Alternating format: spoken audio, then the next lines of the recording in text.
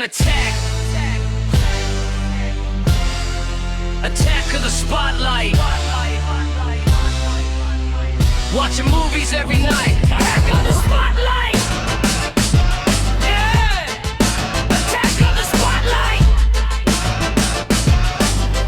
Attack of the spotlight. Stop the bad guys and get the girl.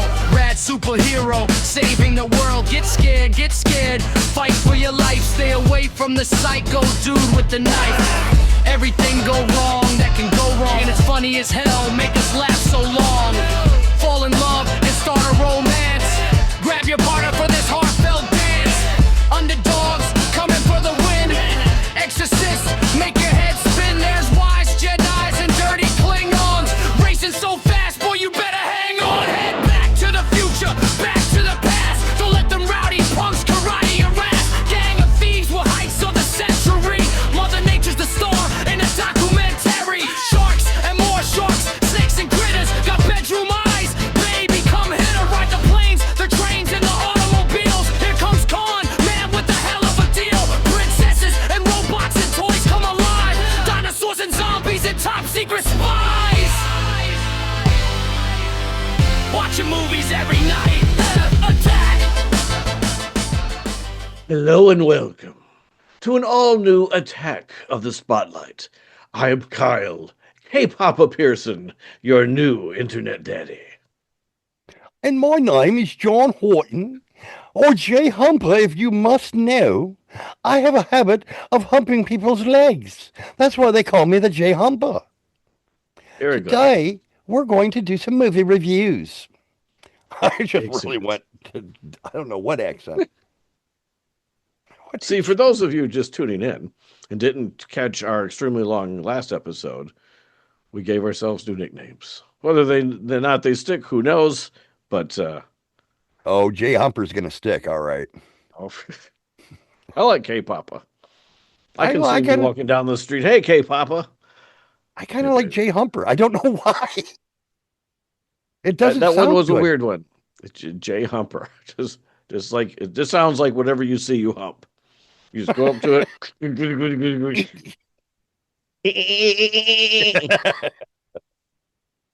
All right. What are we doing today? I'll tell you what you're doing while you're sitting there coughing. We're doing Mike and Nick and Alice. Tell us about it, won't you? Oh boy, this one's complicated. This one's really complicated. Let's just say it involves time travel. It involves trying to save the life of Mike. Mike is there's bad things that are gonna happen to Mike, and Nick are gonna try to save his life and keep those things from happening.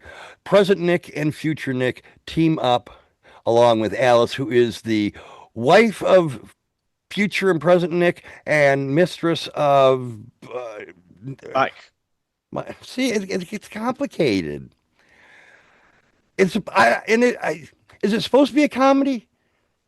I assumed it was a comedy because of Vince Vaughn, but he's also been in dramas. He was in the Psycho remake. He was in True Detective. You would have to mention the Psycho remake. Yeah, not his best work, but yeah, I got in James Marsden is also a comedy, so I was thinking this was supposed to be funny. I didn't laugh. I had trouble with that. I had trouble with that myself. Yeah, I wasn't blown away by the action. No, it's very rudimentary. It's a time travel movie that it's almost something that seems like it would be one of the early time travel movies before they really realized what all you could do in a time travel movie. They're like, okay, would it be cool if we go back in time and do this? Because that's all they did. They went back in time. They did the one thing. And then the whole rest of the movie, yes, there are two Nicks, but doesn't really change anything or do anything. It's not like all of a sudden, okay, we're going to use this Nick over here to fool people while this Nick is over here. and even when you have them together and people are, the assumption is he's his brother, Right. except for the person who knows that the time travel exists in the first place. Um, and it just, I was, I love time travel. I love Vince Vaughn. Um, this just didn't in any way cut it for me. And there's too much, there's slow motion. There's slow motion of a cat wagging its tail. I mean, and there's a thing where they're in the car, and they're obviously not in a car. It's Yeah. just, it is, it just, this is one of those movies where they did a good job of putting it on a streamer because it shouldn't be Yes. in theaters.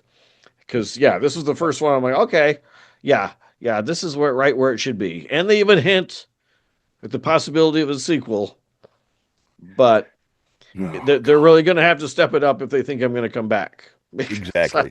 I was I not. I was not impressed at all by anything with it, really. I wasn't impressed by even the plot line or the thought process. Nobody in this movie was blown away by the fact that this is a time travel. Wow, cat's getting me underneath the table. Nobody was. They were all very accepting of it. The plans that they came up with to save Mike, I'm like, that's the stupidest fucking plan I've ever heard of. Oh, I get it. They're doing it to do this. But that's still what they're trying to do this to do that for is still stupid as fuck. Why would you agree to that? Yeah, I, yeah. I, None of it made sense. And I know it's a time travel movie. It's not supposed to make sense. But again, the time travel element is like, I mean, it is so, other than the fact that now we have two, and you might as well just made him his long lost brother. I mean, exactly. it really didn't matter. I guess it does matter at the very end. Yeah, But still, this one was severely disappointing. very much Um, so. The only reason I didn't even hear about this movie until Kyle said, "Hey, I'm going to watch this movie. This will be a good one for us to review." Oh, okay. I'll give it a shot. And what kills me is I'm not a big Vince Vaughn fan, but I am a big James Marsden fan. Is that mhm. did I pronounce it right? Yeah, Marsden? yeah, yep. He was in X-Men, right? He was Cyclops. Yeah. Is he and he's in the Sonic movies, right? He's Sonic's buddy. Yeah. Yeah, I love him Yeah, in yeah, that. He was in yeah. the remake of Straw Dogs, if I'm not mistaken, and I love the remake of Straw Dogs. That was really good. Yeah. So I'm a And I fan of like, him. It's yeah, just I like Vince Vaughn. I've liked him since Maid. I liked Wedding Crashers. I like The Internship. Um, and I like time travel movies. oh, So I buys them. really, I thought we had something. I thought we had something. That's why I suggested it because I'm like, oh, you'll watch this one, and it should be relatively good. Unfortunately, it is not. So, so Mike and Nick and Alice, um, two probably won't happen. Now, if they do a sequel, will it be Mike and Nick and Mike and Alice, Or it or will it could be be it. Alice and Nick and Mike and Alice? Or will they really confuse you and have Alice and Alice and Alice and Alice, and it'll be on the the adult video shelves. That would, I'd buy that fucker. And as So long as they have a th- cat doing a slow tail wag.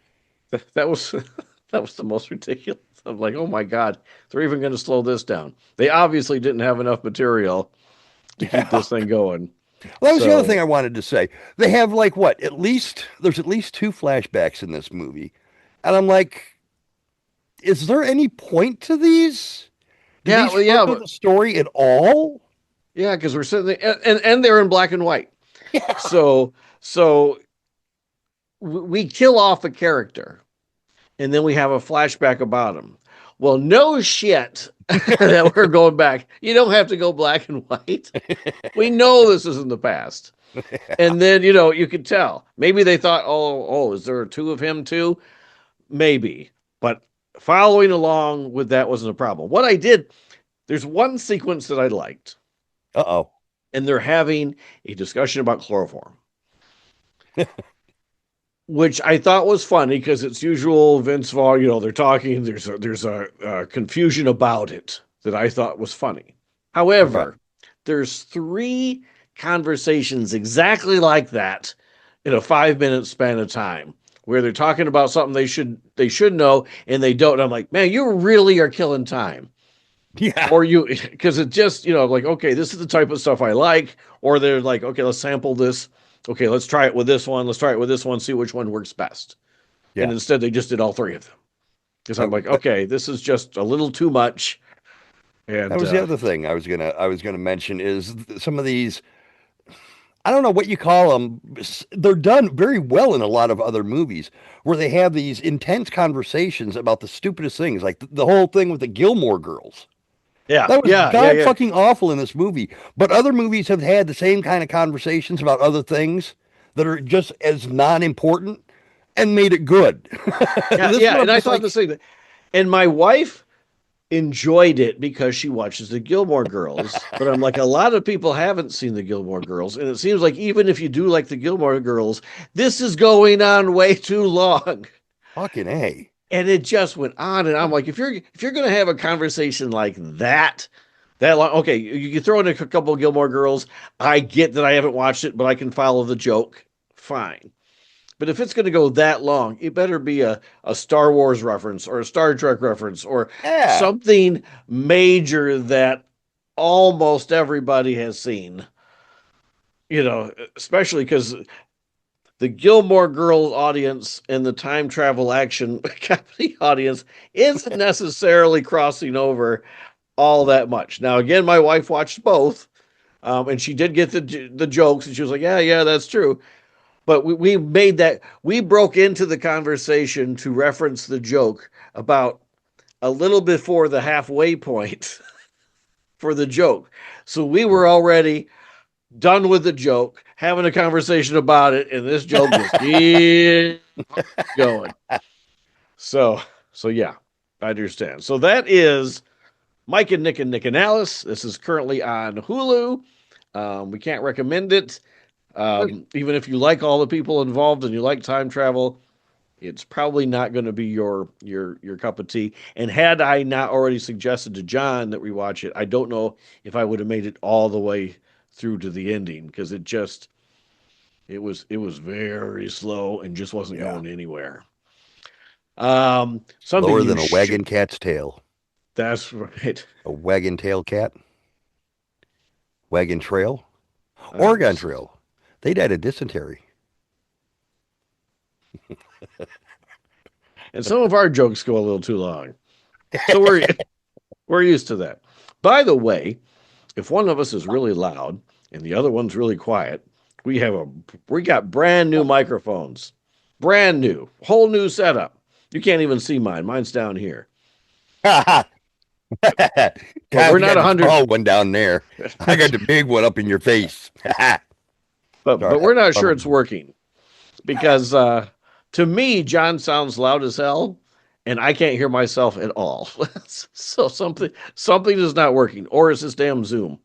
I'm looking for other things other than Zoom. All right, a movie that you can go see, Project Hail Mary. This is a little bit The Martian, a little bit E.T. put together. Ryan Gosling, he is a high school science teacher that wakes up aboard a spaceship on the way to solve a mystery about our dying son. And if he doesn't solve the mystery, not only will everybody on the planet die, but probably the entire universe. For sure, the galaxy. So he, as a high school teacher, also doesn't remember everything about why he's on this ship. So, because why would they send a high school teacher? So he's trying to figure it out as he goes, and he happens to be alone on the ship. But he's not alone on the mission because he stumbles across, and normally I wouldn't give this away, They didn't want to give it away in the book, but they give it away in the trailer anyway. Yeah. There's an Fuck it. alien that he calls Rocky. Rocky is from another planet, and he's also trying to solve the problem at the same time. And Rocky knows some stuff that Ryan Gosling's character doesn't know, and Ryan Gosling knows some stuff that Rocky's character doesn't know. So they have to work together to solve this. Seems kind of goofy, um, but it's a very nice movie. I enjoyed it. My wife loved it. Absolutely loved it. Right after we walked out, she said, we got to get a copy of that. I want to see that. And it's been number one for a couple weeks. So I think you'll enjoy that. Oddly enough, of the movies I've seen this weekend, the one with an alien in it is the most realistic of the ones I've seen, because the next couple are real bonkers. And I'll tell you about those right after John tells you about something he's seen. I have War Machine. Big, tough, badass War Machine on Netflix. That has got that guy from Reacher. I can't remember his name right now. I had it a few minutes ago and then I started coughing. And I forgot what his name is. He's the guy from Reacher. He just got in trouble too. Yeah, I can't remember his name. It doesn't matter. He's kind of a throwaway action hero, anyhow, I think. War Machine starts off with him and his brother in the Iraq War. His brother gets killed there right in front of him, along with the entire team of people. This guy is the only survivor, and now he is going to join up years later or months later or whatever it is. Yeah, it's years later. He's been trying to join up with the Rangers, the military Rangers, because that's what him and his brother were going to do. And he's been trying year after year at an advanced age. He's an older guy and he's got a war wound where he got stabbed through the leg with a piece of shrapnel. And he's just the badass during all the training. He's a tough guy. He doesn't make any friends. He keeps to himself. He's a tough guy. It's the last one to come out of the water when everyone else is drowning. You know, he's just your typical badass. And on their final mission, their final test to become to complete the training, is a in the forest military exercise. Their goal is to find a downed aircraft and destroy it. Well, they find a downed aircraft, only it's not one placed by the U.S. military. It's one that came crashing out of the sky as part of an asteroid and is from another planet. Oh, really? That's an See? alien one as well. Yes. Only there's no aliens in I this did one. not know. Oh, This okay. is a robot from another planet. Oh, all right. And this robot machine is basically destined, or he's created simply for one thing: war. And it's up to our hero from Reacher and his troop to get to safety, get away from this machine, try to destroy it if they can, even though they have no weapons whatsoever that shoot any kind of actual artillery. They're all blanks because it was a military exercise. And every single task that comes up, every single challenge they have is solved by one man, the main star of the movie. None of his other people in this group are really helping with the problems very much, except to maybe provide shields. What was that movie that had that in it? Operation Human Shield? What was that? What? I didn't see it. Yeah, there was a movie you would have had I'm to sure see. there was. Operation Human Shield. That's not the name of the movie, but that was the thing in there. Okay. Fuck. I'm going to have to look that up. While you're talking about your next movie, I'm looking up Operation Human Shield. War Machine was not a bad action flick. It was, to me, more of a stroke job for the main actor because, like I said, he was the main person that saved everything. Every time there was a critical moment, he was the one to solve it. He was always the guy to come out on top with the impossible odds. He's the one that dragged the one soldier to safety all the way to the very end. None of his other people did you get much of a... There's one or two other people that you got any character development out of. If you what you want to call character development in this movie, it wasn't really a whole hell of a lot. It's basically a badass macho man movie, big guns, big explosions. Get me a beer and sit in my pickup truck watching this at the drive-in. It was entertaining. I wouldn't recommend it. I wouldn't watch it again, but it was a good time killer, I guess.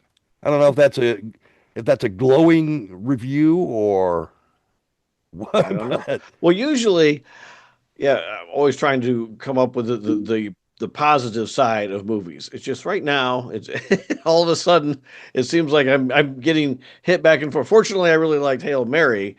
It still wasn't I of the two I preferred The Martian, but this was just probably of all of this group of films the best one of the group because yeah, it seems like there's all of wow. a sudden a lot of what the hell am I watching? So Holy shit, really?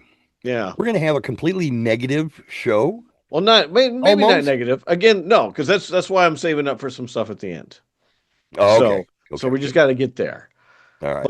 But what's weird is my next two movies. Oh, what's weird about them, Kyle? Well, first of all, let's start here. Two sisters trapped. A satanic cult is trying to kill him. The only way of survival is to kill them all. Ooh. That's not the explanation of one of my next two movies. That is the synopsis of both of my next two movies. Oddly enough, two movies exactly the same came out 1 week apart. The first one is the one that I had hopes for the most. Ready or Not, Here I Come. Or what John says 30 seconds into sex. I Yeah, really wait a minute. They don't call me Jay Humper for nothing. they don't call him. Uh, Ready or Not is one of my favorite horror movies of recent. I really liked the creativeness of the original film where a woman gets married and in order to stay in the family she has to play a game because the head of the family was a game creator and then you discover that if you play the wrong card or pull the wrong card you have to play a deadly game of hide and seek. There was a lot of rules installed. It was a fun movie. And when it ended, I'm like, wow, okay, excellent. That was creative. That's the great way to end this film. Well, now you have to add a layer to that to have a reason to bring everybody back. So you already start to lose some of the magic that made the first one really work. Then we also add a sister into it that isn't really necessary, that was never mentioned in the first one. So now we have to explain that. I hate it when they do Um, that. and at first, it's more of a distraction. I'm like, okay, why are we bothering with this? Because I was happy with the way the first one went. Let's just keep that same formula. I assume the reason she is there is to make sure that the other character, otherwise she'd just say, screw this. I have nothing to do with this or kill herself or something. But instead, because the sister is there, that keeps Samara Weaving's character in play for this film. Unfortunately, it's not as fun as the first one. I like the characters in the first one better. This one's a lot darker. Mm. It's more violent and not in a fun, violent way. They're kicking the shit out of her sister. and, and it gets dark. I'm like, good God, when are we going to end this? Wow. And then at the end, we get into this satanic ritual cult thing, and I'm like, okay, you've gone a couple steps too far. This went from a fun movie to a dark movie to just bonkers. Then the Uh-oh. following week, I watched They Will Kill You. Same exact damn premise as the last one, except where the other one was bonkers. This one is fucking bananas. It starts off with as a awesome kick-ass action flick. And I've seen the trailer, so I've been looking forward to this one. Actually, probably more than Ready or Not 2 because I really liked Ready or Not 2, but I was worried they were going to screw it up, and they kind of did. Not awful, but not where I wanted it to be. So after seeing that, I'm like, well, this is going to be the one that I like because the action is going to be outrageous and it's going to make up for the last one I saw. And it does. The first third of it, it is some of the coolest action sequences you've seen in a film. Then that one goes from fucking bananas to what the fuck am I watching here? Which is going to be the theme of our next episode, by the way. Movies where you say, oh my God, because you can't believe what you're watching. Because this movie has the same thing. At the end, we got to have the satanic cult and the big finale, and it gets freaking weird. This one is not doing that well, probably because there's another one just like it that came out last week. Yeah. I think of the two, I actually ended up liking, well, I like the first third of this one better, but overall, I like the sequel to Ready or Not, just because I like that character and I'm following that character. This one just goes off the rails. And if you're bringing somebody, like if you're going on a date, chances are they're going to like Ready or Not better. Because this one just gets so freaking weird at the end. My mom was going to go to this. So I'm like, don't. Oh, my goodness. In fact, don't see either one of them. Go see Hail Mary. And I'm waiting for her to say, there's an alien in that. Yeah, I know. I know there's an alien in that. But it's still more realistic than these. Does she not like aliens? Films. I don't think she's seen an alien movie she liked. Oh, my. So. Show her Starman. Nobody can say I hate Starman. Yeah. That'd be horrible. But either way, if you like satanic cult movies, you're in heaven. You've got either one of these. These would make a perfect double feature. Perfect. But if you sometimes think that they crossed the line, this one is worth watching just to see how far they cross the line. It's so freaking weird. But one of the action sequences alone is worth just watching the whole movie. There's the thing she jumps in the air with the table. It is. I don't want to ruin it. I was just like, oh, loved it. But these two movies are.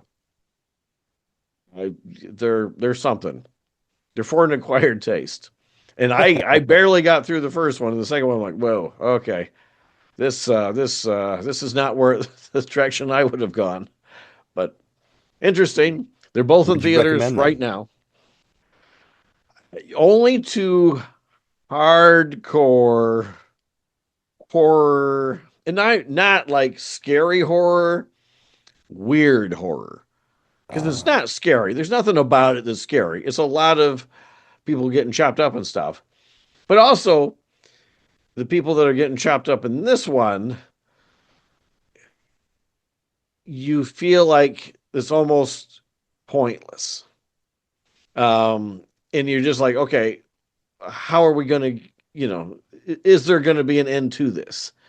And there is, but to get to it, it's crazy. If you've seen the movie, comment your thoughts. Don't give away anything. Just comment your thoughts. Because I would love to hear them. Because this one's weird. Well, I don't think if I saw it on video, I would have, or video. I keep saying video. It's 1982, and I just watched it on video. If I was watching it on streaming, I probably still wouldn't have stopped it because I'm like, what else are they going to do? And it's just, it's one of those things that you just kind of have to see it to believe it. And again, that's going to be the premise of our next episode. Movies where you're like, holy crap, I don't believe it. So, I can't believe it's not butter. That's right. So what else you got for us? And now for something completely different.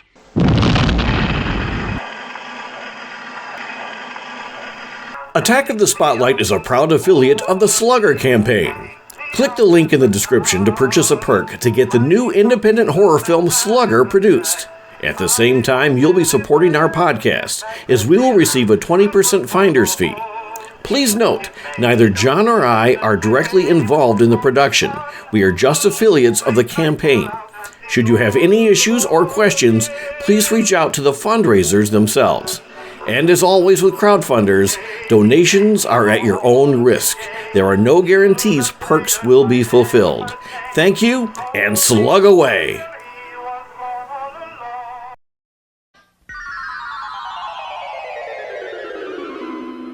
I have got this is a movie that we paid for because we're supposed to go see it in the theater, me and my wife. And for one reason or the other, like always, we didn't make it to see it in the theaters. So we rented it on Amazon Prime, The Whistle.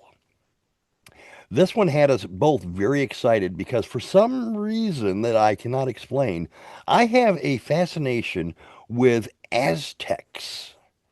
I want more Aztecs in movies. I want a serial killer who's Aztec. I want some more Aztec culture. I like some of the. I'm intrigued by it, and they got this cool little thing. I actually have two of them. They're called death whistles, and you blow in them, and it gives this ungodly sound like someone screaming. They used to apparently in the war when they were charging on people, everyone would blow on this and scare the shit out of their enemies because it was such a horrific sound. That's what's in this movie. That's what the whistle is. It's an Aztec death whistle. Only this one is mystical. It's supernatural. This one we find out initially when they have Nick Frost, the professor, Nick Frost of Shaun of the Dead fame. He's a professor who does a translation on it very poorly and unbelievably using Google. But they initially think that the inscription on there is summon the dead. Well, the trailer does not keep this secret, so neither am I. It's actually summon your death. And this movie takes a turn into Final Destination realms, where you literally blow yourself to death. well, what a way to go! Yeah, baby. Yeah. If I could bend over like that, I'd never leave the house. I gotta say, that brings back some high school days. Wait a minute. We weren't supposed to talk about that ever again. I know what you blew last summer.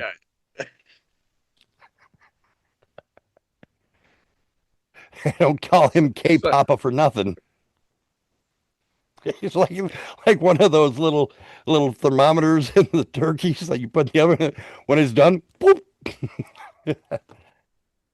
Anyway, this one is summon your death, and they blow it, and death comes calling. Death comes for them.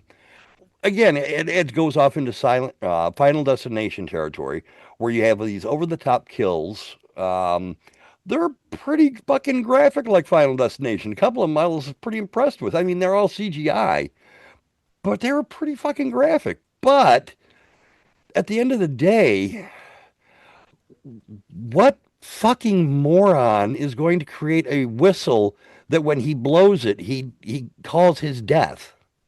And how do you test it? You're like, exactly. You see, you're done with it. You will. Oh shit. Oh fuck. And it's all over. Damn it. You just gotta hope it works. Oh, yeah. You call up your friend. Hey, can you blow something for me? I need to test something. It won't take long. You're killing me. It's small. You're killing me. Killing me, Smalls. Oh, shit. Yeah. Yeah.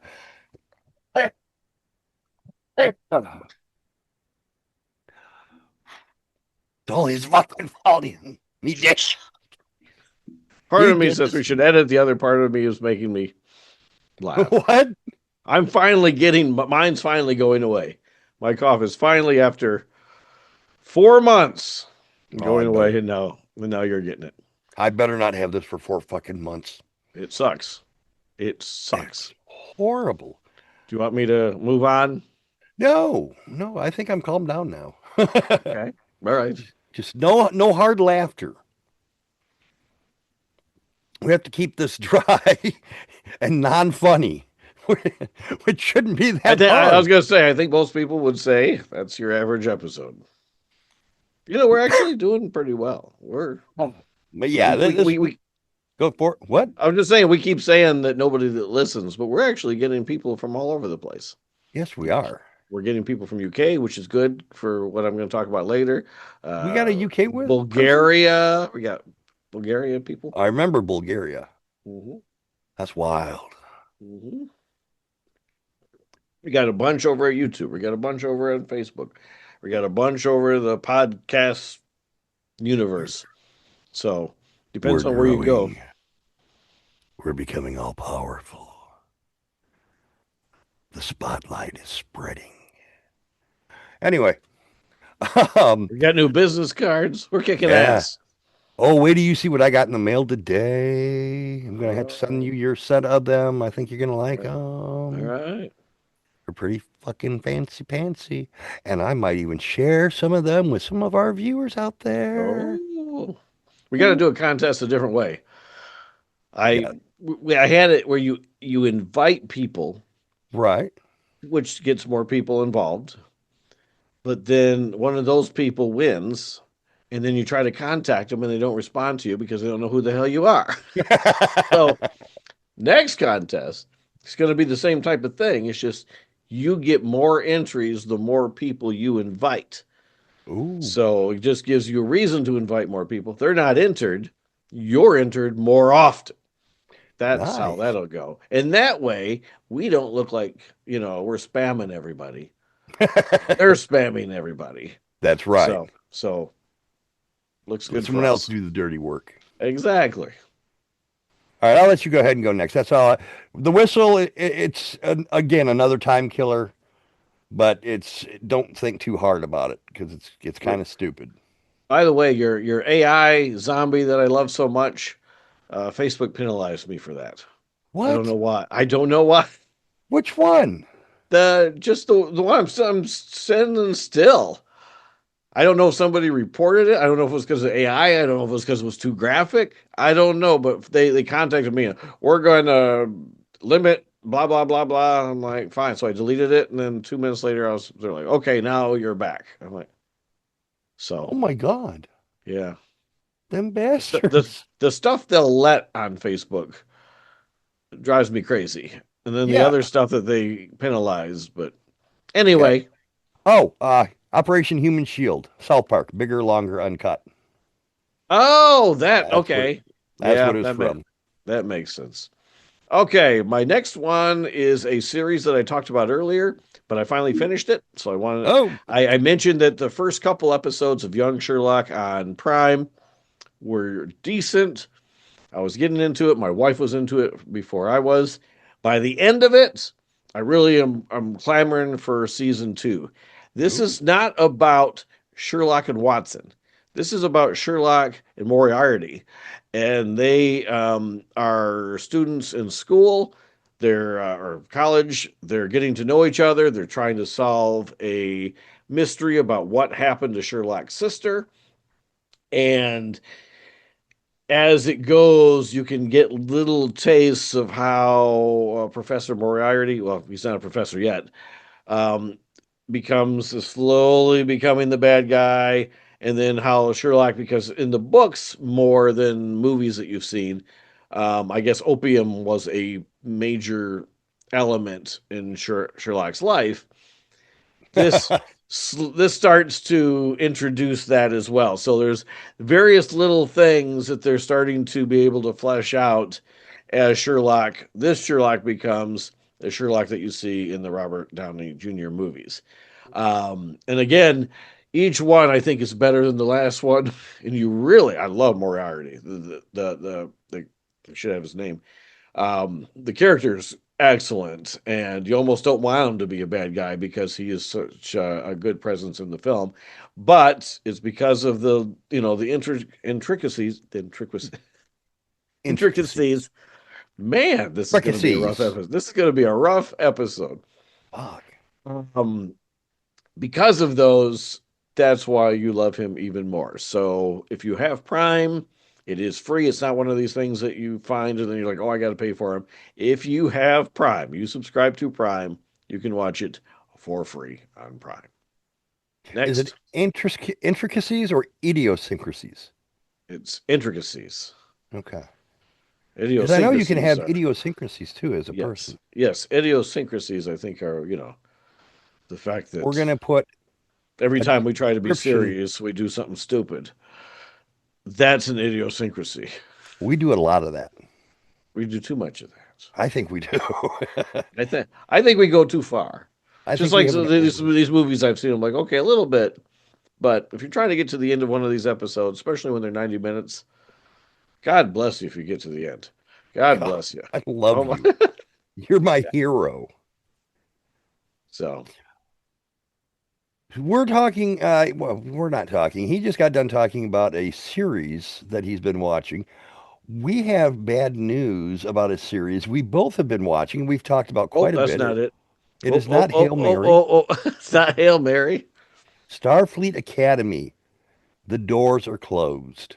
The Academy is shutting down. It has been canceled. It is getting one final season, and I think the only reason it's getting that is because it's already been filmed.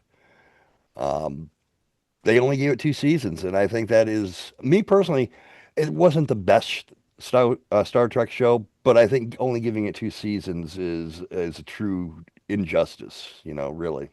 Yeah, If well, I that's can the be thing, serious. because we talked about how there's very little Starfleet Academy in a Starfleet Academy titled show. And Right. I don't know where that was going to go because I know that somebody had announced that Paul Giamatti's character wasn't going to be in season 2, but was going to come back for season 3. So I was hoping, okay, we're going to really focus on the Academy, and then hell's going to break loose again, and maybe we can Yeah. kind of focus where we needed. We didn't focus the first season. Now it doesn't matter.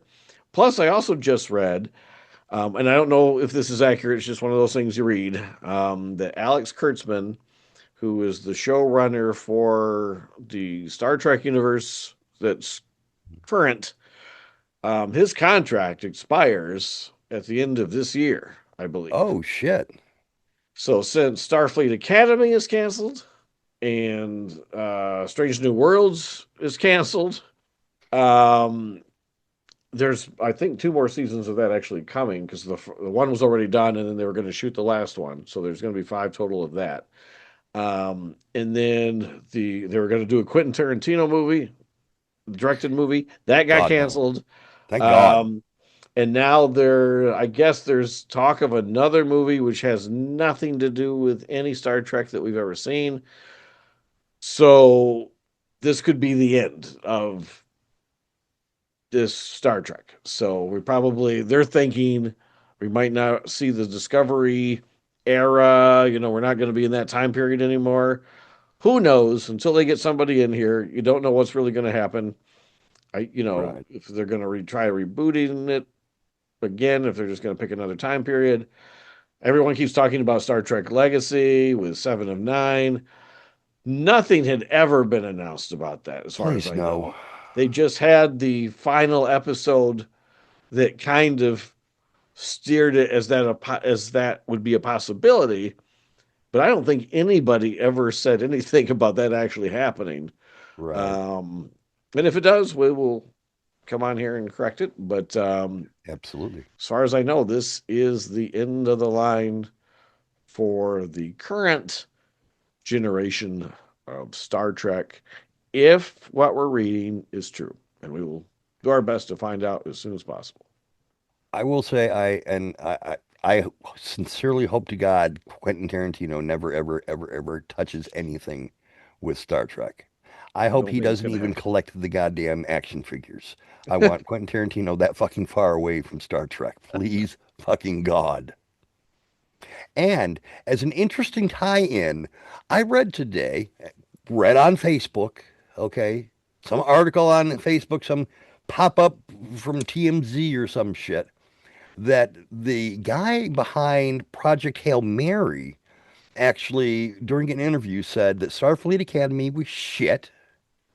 Oh, really? Yeah. And then later on in that article, it's revealed that the guy behind Project Hail Mary took it either Hail Mary or another idea to Kurtzman and was denied, was refused, said no thank you. And he said, so fuck those guys. So Where did you read that? it popped up this morning on Facebook where it was like some kind of, I don't know. I always get these TMZ things or other news sources or whatever where they say, oh, so and so said this during an interview, and then they write an article about it.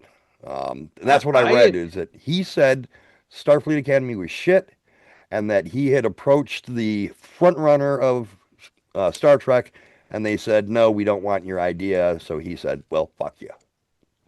I don't know if it's true or not. That's just what I read. The thing I read about him was that he would like to do a sequel to Project Hail Mary, and he has a few ideas, but not enough to make a cohesive story. So he's like, okay, if I were going to do it, here's a few things I definitely want to do, but whether or not he actually ever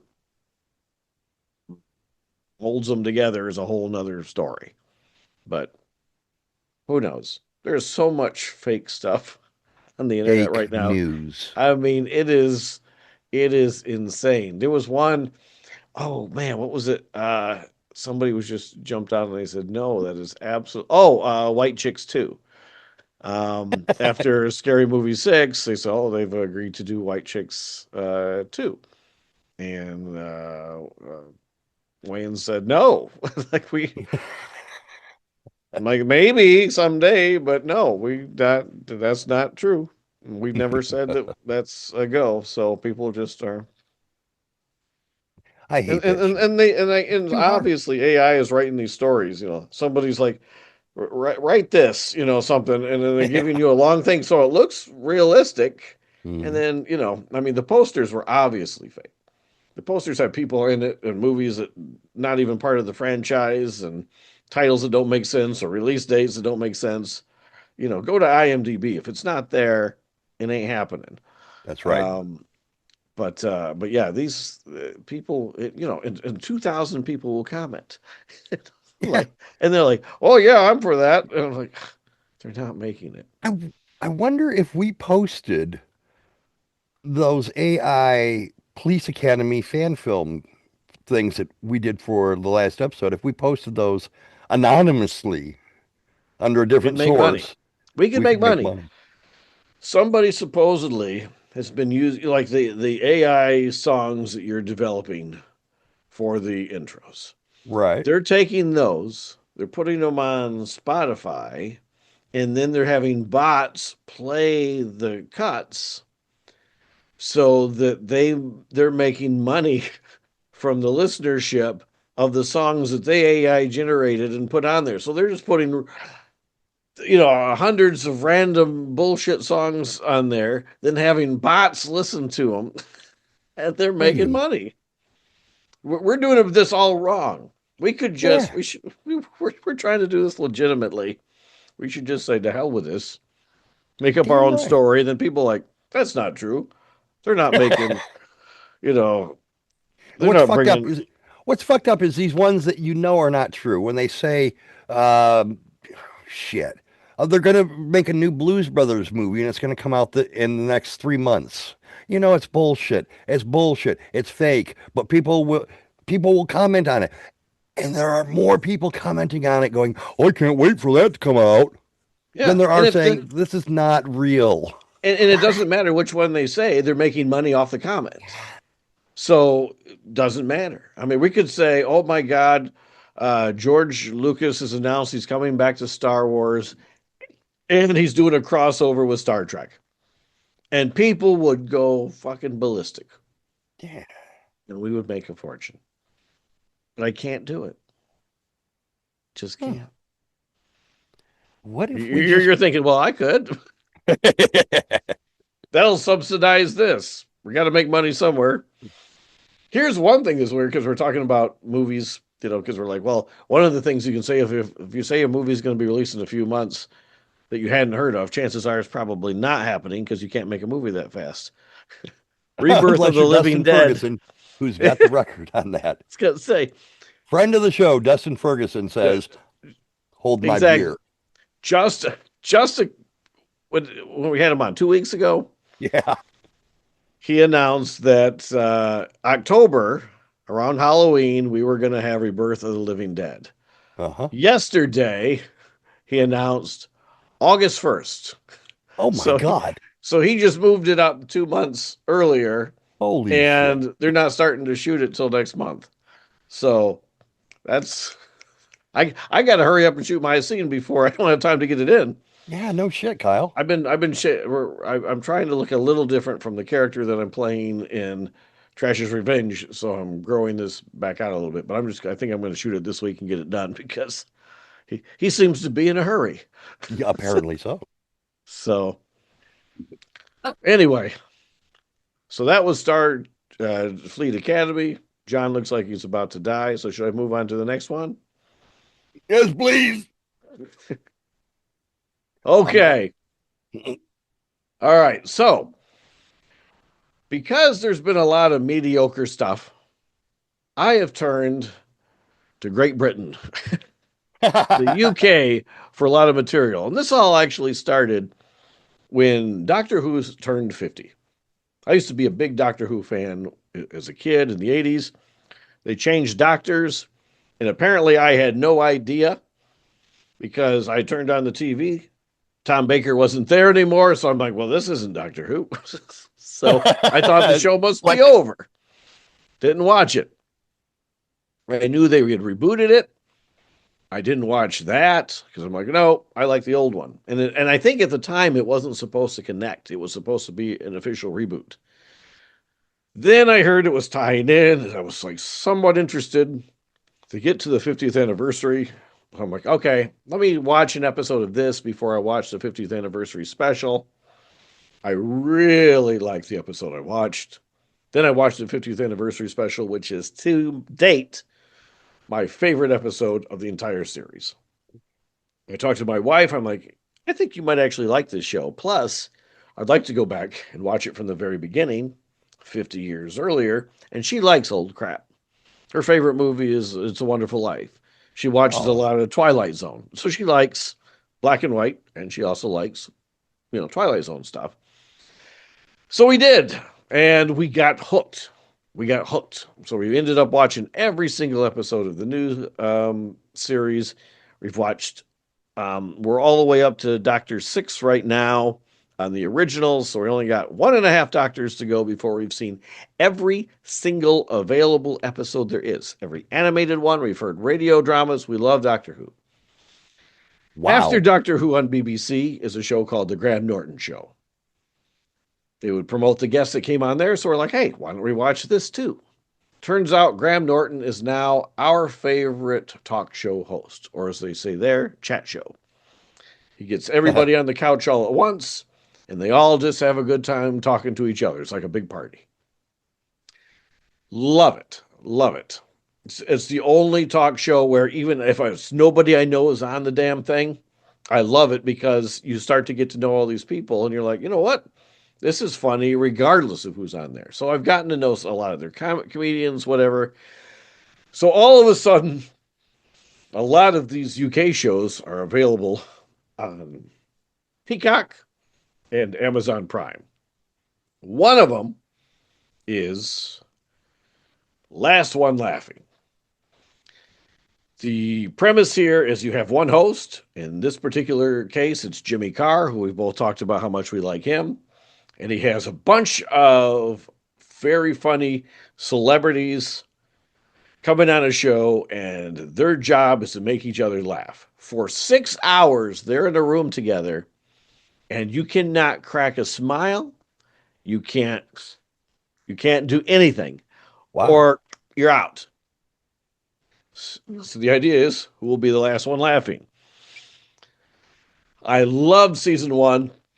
Season 2 is even funnier. The finale is what's going to be in the past. By the time this airs, it will have already happened. One of the comedians on that show is a man by the name of Alan Carr that I've seen on Graham. I've seen on this. Thought he was very funny. Turns out he is on a show called The Celebrity Traitors. Celebrity Traitors. There is a Traitors in the U.S. hosted by Alan Cumming, but it started in the U.K. and they've had a few seasons. And one of the reasons I don't like to watch reality programs is because of the fact that there's a lot of bitching and moaning going on. I don't care about everyone's life. I don't care, and everybody gets so upset when you vote them off the island or you betray somebody. I'm like, it's a game. That's how you play the game. There's no way one person can win and you get all the way to the end and you never screwed over anybody. Right. It's impossible. Somewhere along the line, even if you're being as nice as possible, you're going to get to the end, and the idea is to win the damn thing. So this has traitors right in the title. So I'm like, nope. That's all it's going to be. It's going to be people just, bitching about getting thrown off. But when I heard there was a celebrity traitors, and Alan Carr was one of the people on it, I'm like, okay, well, maybe I'll check that out. Because if nothing else, I know that there's, these people. So I turned it in. There's actually a lot of people I've seen in the various things. There are people from the Best Exotic Marigold Hotel. And there was somebody who used to host Penn and Teller's show. So there's a lot of people already new on there. And if you haven't seen it, it's about, I think there's in this reincarnation of it, there's 19 people, celebrities. Holy shit. And at night they have to murder somebody. Sometimes all they got to do is leave a note where their chair is, and then they'll read it and they're like, oh crap, I'm dead. Other times they might say, okay, you need to go up to this flower and rub the poison off the flower and then touch somebody's face, and then that person will be poisoned and we'll let them know that they're dead later on. So you have to figure out how to do stuff without, calling attention to the fact that you're doing something, because they're all looking for you to, and there's 3 traitors in the group that are the ones killing the people. And then the other 16 are trying to figure out who the traitors are. And then you play all these weird games, and the games. There was one game was really cool where they're looking for these like angels or something, and then the angels will make a sound, and they're like, oh. So then they go to a well, make the noise in the well. People at another well have to submerge their head in the water, and then they can hear that. Then they go over to the locket and they open these lockets and try to hear that tune.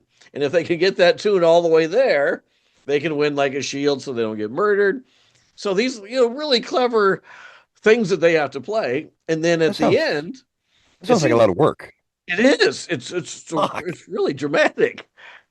And then they try to, they vote who they think is a traitor. And they're like, okay, well, you screwed up that contest, so you probably are just trying to screw us up, so you're a traitor.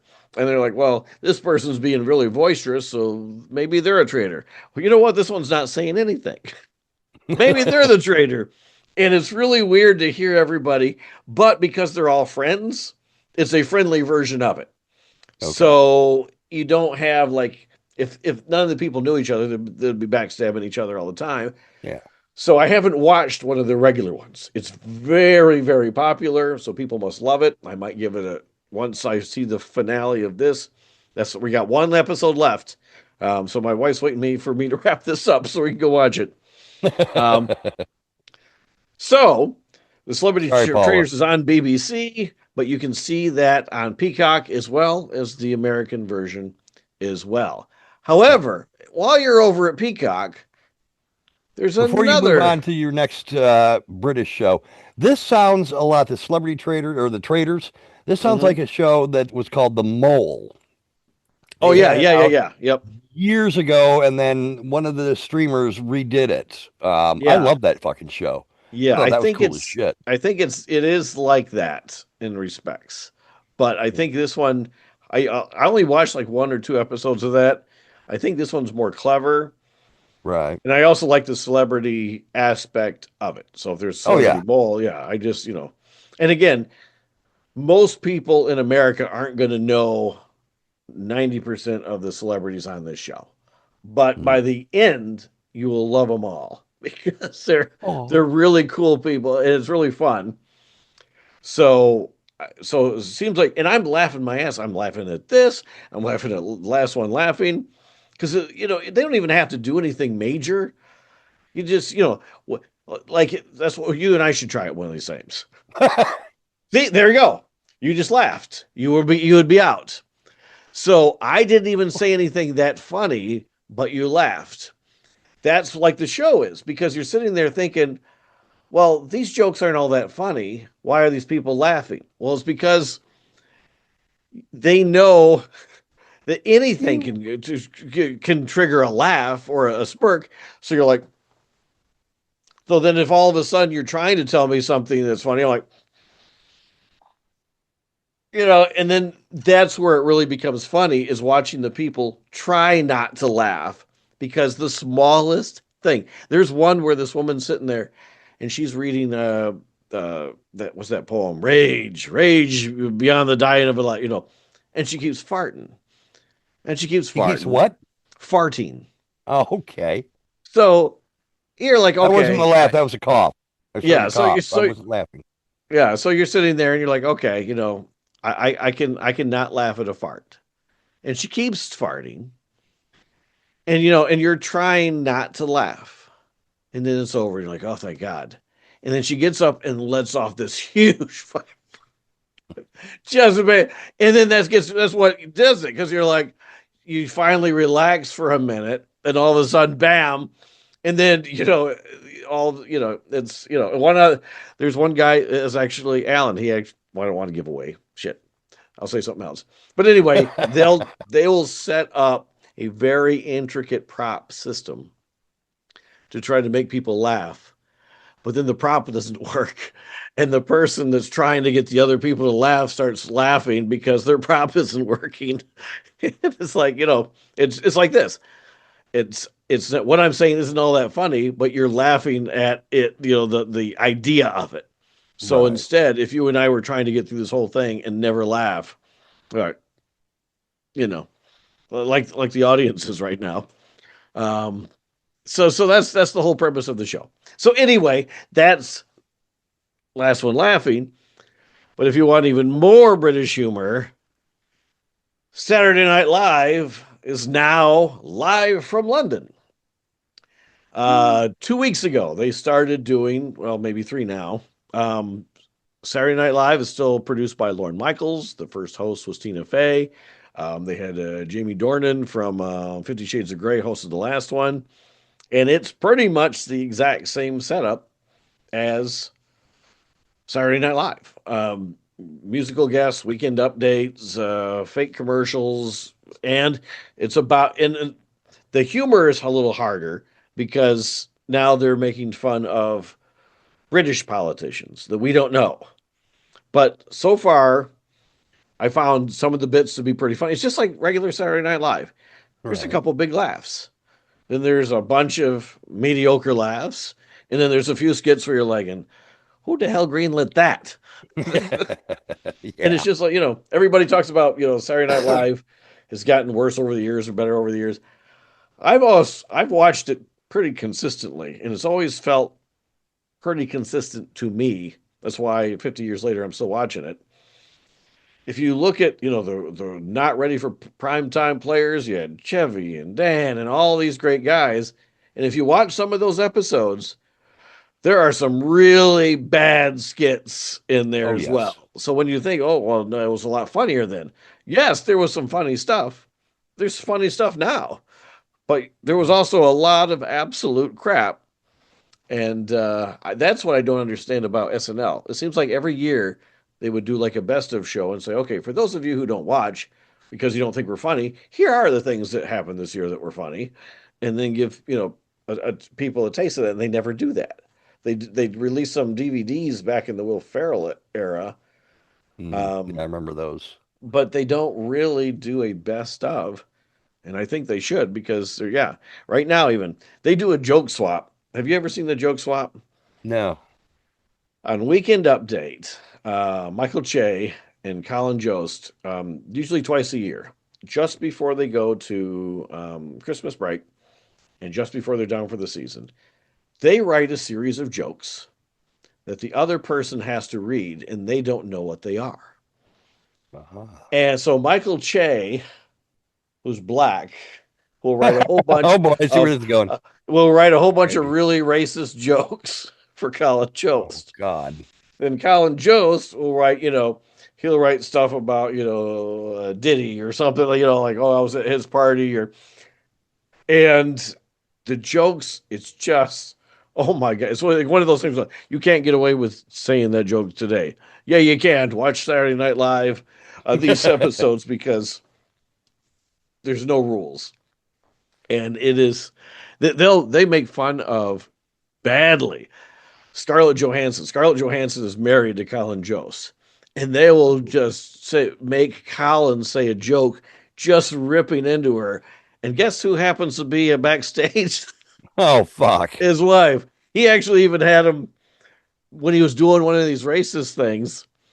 It turned out it was an actress, but Colin didn't know that. They brought out. He says, "Well, here's so to bring it." They brought out this elderly black lady. And they said, she's with the civil rights, whatever. She'll be sitting right next to you while you tell your jokes. Oh. And No. so he's sitting there telling awful racist, right there. And at one point, he's supposed to get, like, am I right? And his fist bump. And you're like, oh my God. And they are so freaking fun. I'll put a couple links in the video description, because it's just, oh my God. So I'll be interested to see. There's only 8 episodes of the new Saturday Night Live UK. So Now, it'll is be it interesting to see supposed if to they only do be it. 8 episodes, or is that all that we're getting over here in the States? No, that's all they're doing. Everything they do over there is like 8 episodes. Oh, that's true. All their series are very, very short. Streaming is like catching up to UK. It's they've realized that, quality over quantity. Not that, and again, Saturday Night Live, the first episode was really good. The second one was so-so. Either Saturday Night Live, I don't understand, other than the fact that their names is they get a lot of hosts that aren't comedically inclined. They'll get, Yeah. drama people or athletes, I'm like, they're not that funny. I mean, musicians. And unless you get like a Justin Timberlake who can come on there and slay it either way and do, incredible stuff, it's always a risk when you get somebody on there. I mean, they had Elon Musk on there. Oh, good Lord. He did a Mario thing that was one of the worst bits I've ever seen.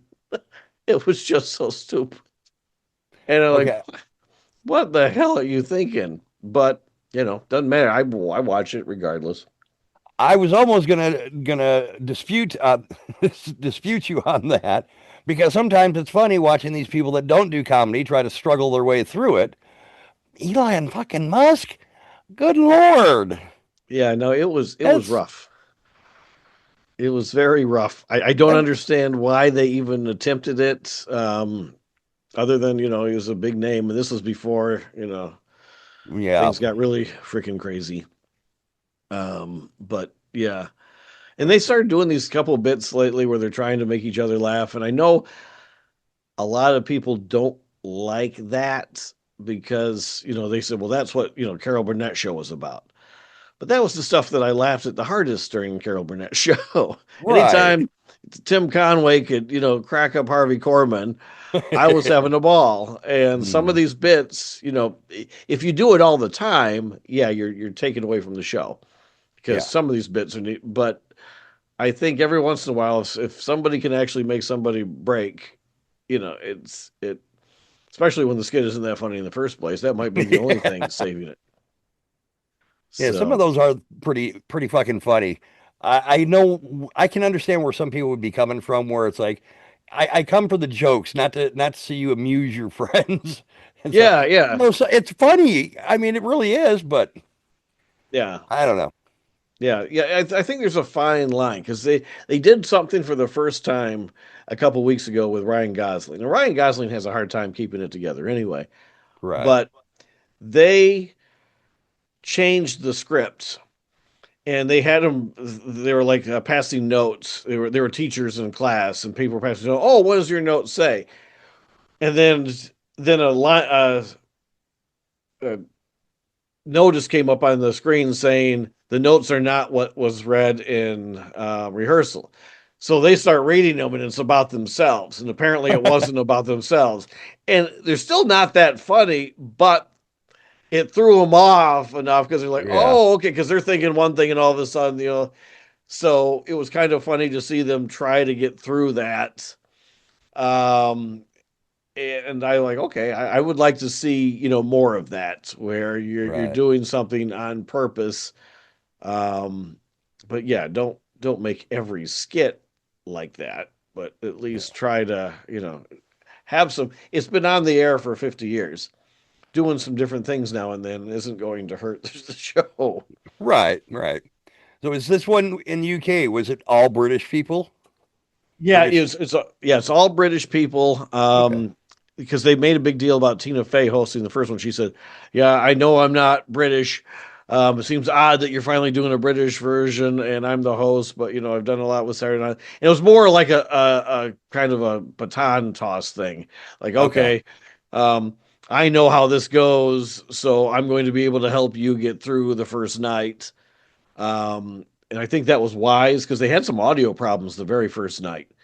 Every skit is like somebody wasn't properly mic'd, and I don't know if they had a bad mic, if they were doing a boom mic, but there was an audio problem. You could always hear them, but one person would be really quiet, and everybody else would be normal, which might be how this turns out once we find out if these microphones work. Say this might be this episode. Yeah, so we'll find out. But yeah, so that's why they did that. So I was kind of hoping that all these people I've been seeing on Traitors and Laugh Out Loud, they end up hosting the show and then the cast, I will say this, their cast over there is really good because the stuff that they have done, even if I didn't think it was all the skits were necessarily funny, the ones that were, the cast was phenomenal in all of them. So they really got a good cast.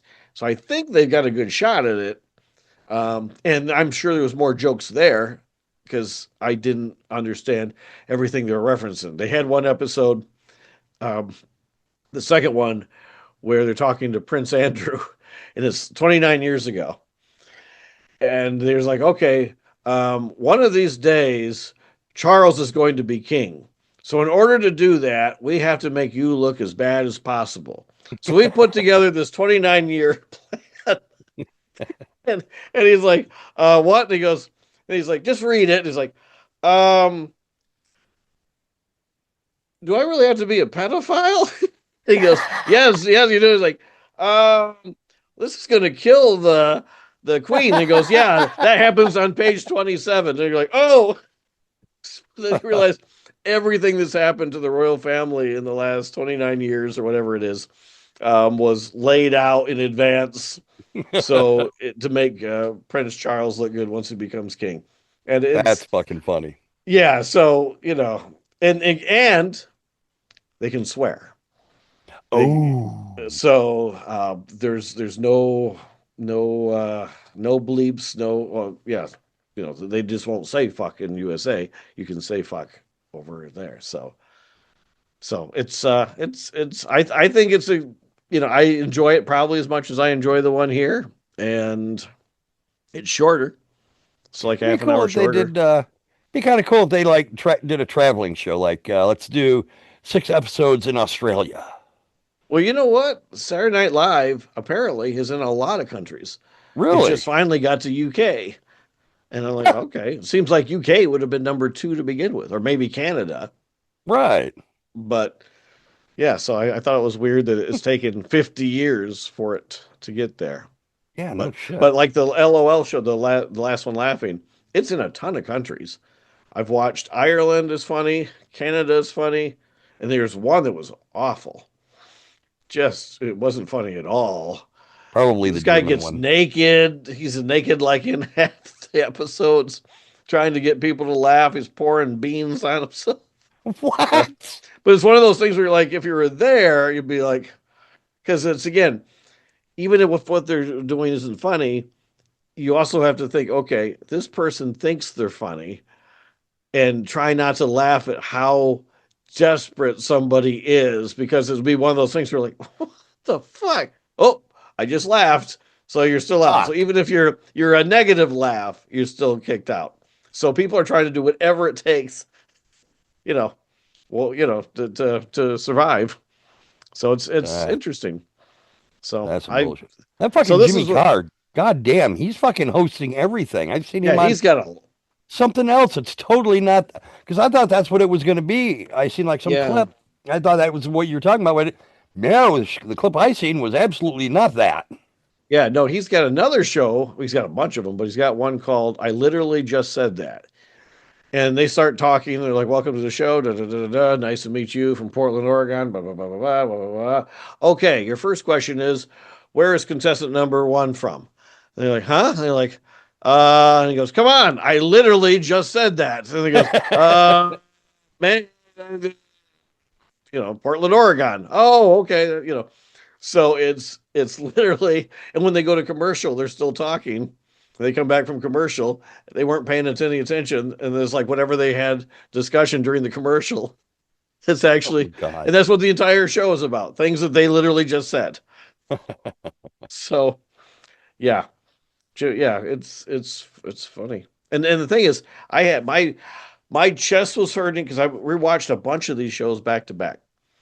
My Right. chest was hurting from laughing, and at one point I was laughing so hard I got dizzy. I was like I was losing consciousness. Like I was like, Oh my God. yeah, That I was wasn't like, a heart attack. I hope not. I'm still here, although so are you. So, but yeah. So if you're tired of American stuff, try UK. If you're, I grew up on Benny Hill, so Oh this is God. right up my alley. Monty Python. Yep, Monty Python. See, Pat Miller would love all this stuff. Yeah, Monty Python was so good. I miss that shit. Did you ever watch whatever happened? Did you ever watch that John Cleese show, Faulty Towers?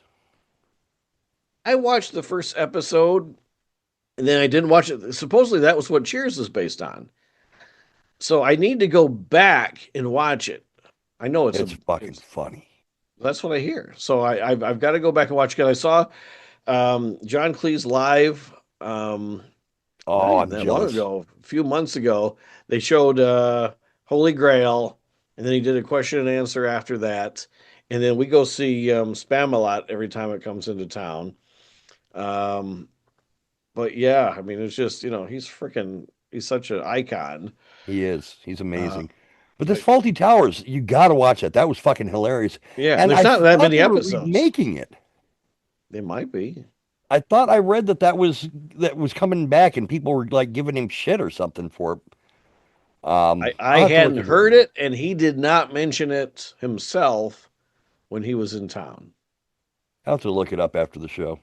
So I Unless don't one of think that's our the case. viewers knows, then you can leave us a comment down below and give us all the nitty gritty on the But reboot of Faulty Towers. but also supply a link to the proof Oh, now if you're you just have making it it. difficult. I'm Kyle. I'm I fishing for comments. I For get it, but comments. we have you on the Next Door app. The next door app. No, I'm married. I don't know what the hell you think it does. The Next Door app is people supposedly like saying, "Hey, the intersection of such and such and such and such is closed for a couple of weeks. Just want everybody to know. Hey, we're having a garage sale. Just want you to know." Instead, it's a bunch of people that it's like Facebook now. But somebody asked, "What are they building at the corner of such and such and such and such?" I think there was 14 different answers. None of them were right. But Was one of them a whorehouse? everybody swore to God they knew exactly what it was. It's a Whole Foods. It's a new grocery store. It's a hospital. It turned out to be an insurance company. Ugh, But they went fuck. through. But everybody was so. It wasn't like, I think it's this. I heard it's this. It may be this. It's this. And it wasn't. And I'm like, And I'll oh. fight you over it. But I was like, good Lord, people, come on. If you're gonna tell, so I like a little proof, a little, why do you think that that's the answer? Oh, because Oh. John Cleese said so. Don't listen to him. You can just post what you think down below. Once we start getting the comments flowing in, then we can say, okay, you need to back up your shit. But we need to open up the tap a little bit, get the water flowing, get the juices going. You say that, and once the comments start being negative, you'll be like, fuck these people. Yeah, I Here's what will. they say. I'm surprised it's taken this long. I've been on radio. I've been working at the college. No matter where, TV, wherever I work, that's all I ever got was people bitching. If I worked at 95 FM, people call up, you guys suck. Q106 rocks. Okay. I worked at ABC, actually ABC's the only one I didn't work at. It was NBC. People would call and complain about that show and that and whatever. I work at the university. I don't like this restaurant. I don't like the parking situation. I don't like it's like nobody ever said, just want to tell you what you're doing is great. Nobody does that. Nobody does that. So somehow we're still managing to stay afloat. Let's make that our new contest. I don't have a prize. Well, I can come up with something. I got enough stuff laying around here that is just you use something. Yeah, I'm not talking about. I'm taking my charger. Here's 2 pairs of socks. Here's what? 2 pair of socks. No, I use those. Here I am, my work is never done. Time to make the donuts. All right, well, I think that's everything we got. That's all I got. Is that all you got? Yeah, Kyle? I think that's it. All my icons are so small I can't tell anyway. So let's just wrap it up and get to the episode, the OMG episode. The oh my God, I can't believe I'm seeing this, which is kind of a spin-off of this one with my satanic cults trying to kill sisters, and then our prank episode where we were talking about incredible pranks.